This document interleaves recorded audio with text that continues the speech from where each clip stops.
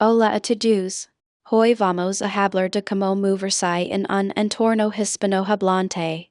Aprenderemos a pedir y dar direcciones, una habilidad fundamental para cualquier viajero. Comenzaremos con un diálogo breve, luego desglosaremos la gramática y el vocabulario, centrándonos en el verbo ir y el modo imperativo.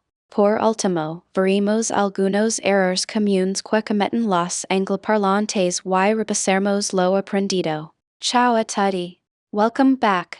Let's quickly recap. We've talked about your Hobby, that's your hobby, your interesse, interest, and verbs like praticare, to practice, collezionare, to collect, partecipare, to participate, and viaggiare, to travel. We also learned soprire, to discover and esperienza. experience. Today, we'll be building on all of these. Il mio hobby preferito è grave la fotografia. Il mio hobby preferito è grave la fotografia. Ho un interesse per la musica. Ho un interesse per la musica. Disculpe, ¿me podría decir dónde está la estación de tren? Disculpe, ¿me podría decir dónde está la estación de tren? Sí, claro. Está a 2 cuadras, sigue recto por esta calle. Sí, claro. Está a 2 cuadras, sigue recto por esta calle. Está lejos de aquí. Está lejos de aquí. No, no está lejos. Solo un poquito más. No, no está lejos. Solo un poquito más. Disglose Maslow. Maria Dijo. Disculpe, ¿me podría decir dónde está? Una forma educada de pedir direcciones. Carlos respondió con sí, claro, que significa yes, of course. Fíjate en a dos cuadras, 2 blocks away. También Carlos USA seguir recto, to go straight. Es importante recordar que, en español, el verbo suele después del objeto más frecuentemente que en inglés. Ahora vamos a la gramática. Ya hemos mencionado el verbo ir, que significa to go. Es irregular, así que vale la pena repasar la conjugación. Recuerda que es fundamental para expresar movimiento.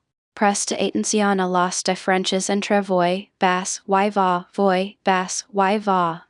Asimismo, vamos significa let's go, que es muy útil al dar direcciones juntos. Esto es muy importante. Gracias por su ayuda. Gracias por su ayuda. De nada. Que tenga un buen día. De nada. Que tenga un buen día. Ahora, vimos el modo imperativo. Carlos usa siga formal, que significa go. Nota que esto no es lo mismo que la conjugación del verbo ir para yo. El imperativo se usa para dar órdenes. Recuerda v informal y v informal plural. Es crucial usar la forma correcta según a quien te estés dirigiendo. Confundir esto puede sonar grosero. No hay de qué. No hay de qué. Repasemos nuestro vocabulario. Tenemos dirección, direction, crucial para entender. Intersección, intersection, un punto de referencia común. Seguir, to follow, muy útil para las instrucciones. Luego lejos significa far y cerca significa near. Practiquen usándolos en oraciones. Piensen en cómo describirían dónde está algo. Está lejos del parque. Está lejos del parque. No, está muy cerca. A la vuelta de la esquina. No, está muy cerca. A la vuelta de la esquina. Un error común es traducir directamente frases en inglés. Por ejemplo, en lugar de decir voy a ir, simplemente di voy. Además, recuerda usar tú en lugar de usted adecuadamente. Usar tú con algún mayor o en una posición de autoridad es irrespetuoso. Y no olvides la concordancia de género con los adjetivos, como decir la dirección correcta en lugar de solo la dirección correcta. Muchas gracias por su ayuda. Muchas gracias por su ayuda. Conectemos esto a lo que ya sabemos. Imagina que estás negociando el precio de un souvenir en un mercado. Podrías preguntar cómo puedo llegar al mercado fresco. O si planeas viajar, podrías necesitar preguntar direcciones al aeropuerto. Ves como si integras sin problemas en interacciones reales en español. Sigue recto hasta el siguiente cruce. Sigue recto hasta el siguiente cruce. Today, we're going to focus on prepositions of location like a la derecha de, a la izquierda de, enfrente de, and detrás de. These are essential for giving more precise directions. For example, a la derecha de la farmacia means to the right of the pharmacy. Understanding these will allow you to describe positions accurately and avoid confusion when navigating. We will practice these in context with our conversation. ¿Podría decirme dónde está el banco, por favor? ¿Podría decirme dónde está el banco, por favor? Excellent.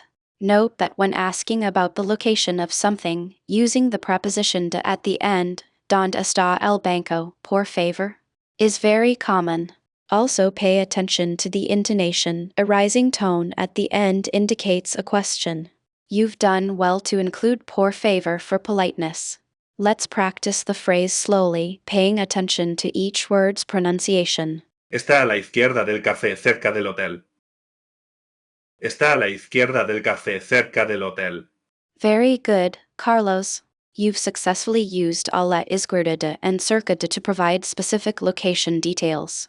Está a la izquierda del café, cerca del hotel translates directly to it is to the left of the café, near the hotel. To improve, consider adding more descriptive elements, things like color or size, to help Anna visualize the bank better. ¿Hay algún letrero que indique el camino? ¿Hay algún letrero que indique el camino? Today, we'll tackle a useful phrase. Por si acaso. It means just in case or in case of. It's used when offering something or suggesting a precaution, acknowledging a possibility. For example, leva un paraguas por si acaso translates to take an umbrella just in case. This highlights anticipating a potential need. Llevo un mapa, por si acaso, a este museo. Llevo un mapa, por si acaso, a este museo. Excellent, Anna. Your use of Por si acaso. is perfect. Pay attention to the intonation. A slight rising tone at the end of the phrase suggests a helpful suggestion rather than a demand. Think of it as a friendly precaution, like offering a raincoat on a cloudy day. The comma placement is also key for clarity. Sí, creo que es buena idea, por si acaso llueve. Sí, creo que es buena idea, por si acaso llueve. Fantastic, Anna. You've skillfully incorporated Por si acaso. within a longer sentence. Now, let's introduce a related concept, conditional phrases. We'll use si if to express conditions. For example, si llueve, me quedaré en casa means if it rains, I will stay home. This allows for more complex scenarios. Si hay una parada de autobús cerca, ¿me avisas, por favor? Si hay una parada de autobús cerca, ¿me avisas, por favor? Very good, Benito. You've successfully combined si and Por si acaso. exclamation. Remember, in a conditional sentence, the si clause usually comes first, but you can switch them, although it changes the emphasis slightly. Ensure the verb tense is consistent. He needs to agree with the subject, and the verb following si is in the future tense or conditional. Sí, te avisaré si veo una parada de autobús. Sí, te avisaré si veo una parada de autobús. Today, we'll focus on expressing uncertainty when asking for directions. Often, we don't know the exact location or if a place even exists. We'll learn phrases like quizás and no estoy seguro. Mastering these shows politeness and acknowledges potential limitations in your knowledge. This is crucial for realistic conversations. Quizás el museo esté en esa calle. Quizás el museo esté en esa calle. Excellent, Anna. Quizás. Is a great way to introduce a possibility. Notice the accent mark. Remember, it softens the Z sound. The use of subjunctive mood after quizás is essential here, as it expresses doubt. A slightly more formal alternative would be a low measure. No estoy segura si esto es la dirección correcta.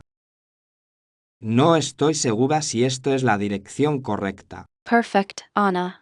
No estoy segura. For a woman or No estoy seguro. for a man is an essential phrase to express doubt or lack of certainty.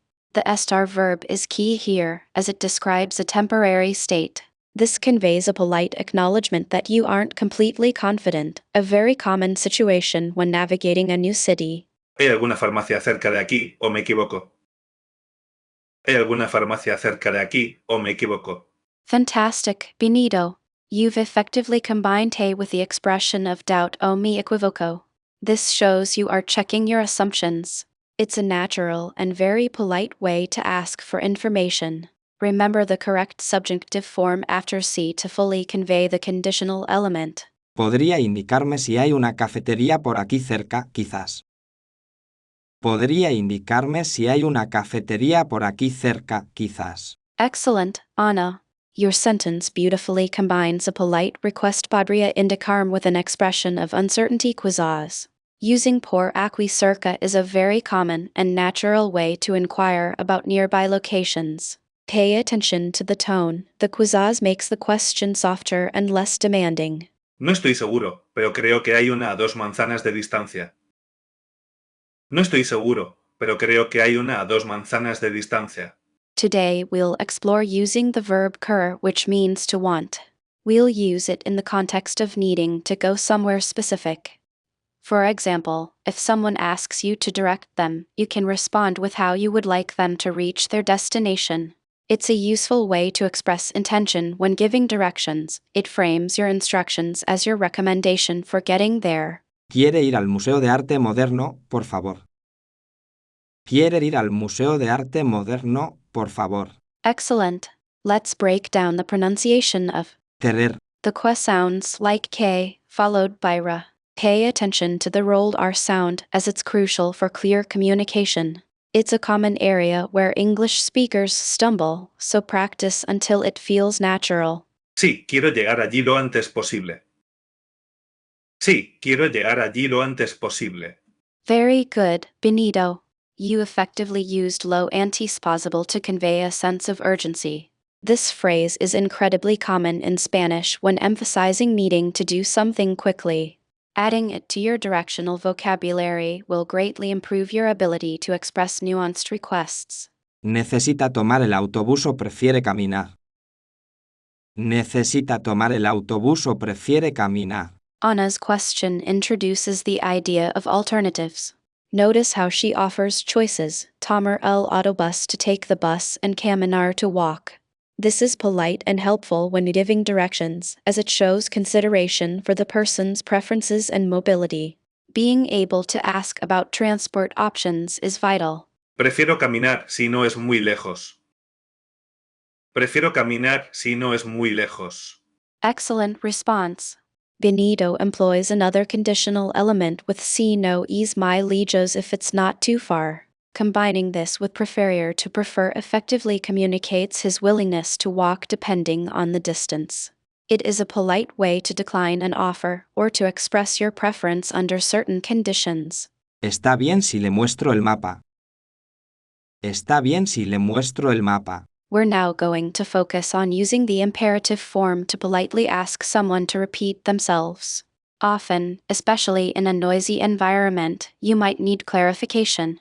We'll use phrases like "Puede repetir, por favor?", which means "Can you repeat, please?" It's crucial to maintain politeness even when you don't understand something, so always include por favor. ¿Puede repetir, por favor? No entendí bien. ¿Puede repetir, por favor? No entendí bien. Excellent. Now, let's refine the pronunciation. Listen carefully to the E in. Puede. It's a soft E, not stressed. Also, pay attention to the R in repetir. Try saying it slowly. Puede repetir. The emphasis is on the tie. It's about making sure you're understood clearly. Sí, ahora lo entiendo. Está lejos.